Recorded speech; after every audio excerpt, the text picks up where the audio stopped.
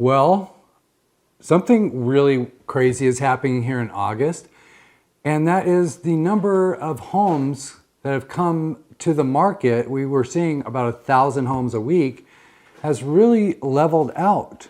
So what we saw at the end of July was a closed sales volume of 6125 here in the greater Phoenix area, right? And supply had like tripled from March. And so we were seeing like 10 to 12,000 homes. So like in July or June, I think it was like 10,000 homes came to market. July, 12,000 homes came to market. And here we are in August, 3 weeks in, and we're sitting at under 6,000 homes.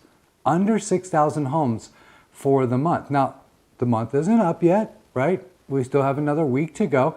But as of yesterday, the closed sales volume was at 3975. 3975. Now I added one to that today, and that's going to make it 3976. Yay. Anyways, so what we're seeing here is a slowdown of listings and a slowdown of buying. So the sentiment is still really bad with the home buyers. There is plenty of demand. I mean, people are watching like a hawk and really want to purchase a home, but they want to be able to afford their home and they don't want it to be 50% of their income, right? And so I think people are really waiting for prices to come down, but I don't know. Have we hit like a plateau, or are we going to be going sideways from here? I'm not really sure. It's really hard to interpret this data because I think this is really uncharted territory, unprecedented territory. And another thing people are not really talking about is the quantitative tightening. Now, the Fed said they were going to be selling off $47 billion a month starting June 1st. Now, I've already kind of touched on this subject. That was $17 billion in mortgage-backed securities and $30 billion in treasuries. Well, they got close to the treasuries at $27 billion, and their balance sheet rose by $11 billion over the past 60 days between June and July on the mortgage-backed securities. So it seems like they're still buying a little bit here and there. They're not really selling off, or maybe there's no buyers. Who knows? But what nobody's really talking about is in about 10 days, next month in September, they are said to ramp up their sales to 90 billion.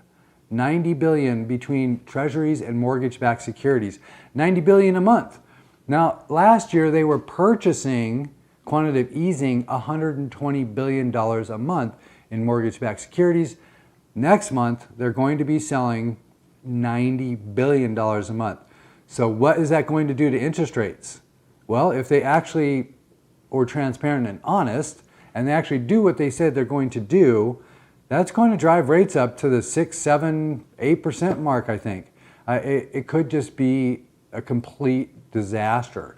So it's really hard to say which way we're going on this, because if rates hit 7% or 8%, the housing market is, going to take a hit.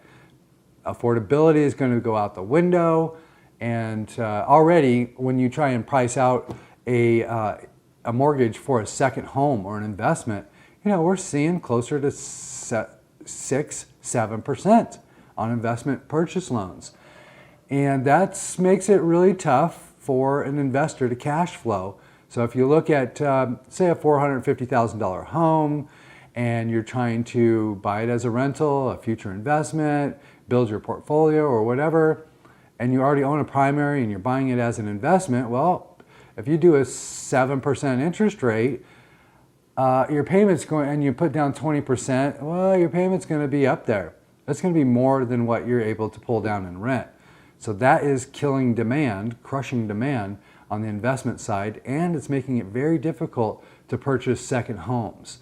So with only 5,900 new homes to the market in inventory, and we've sold about, let's say, 4,000 of that, the inventory is not rising. It's kind of just fluctuating between, the 19,000 and the 19,700, somewhere in that range.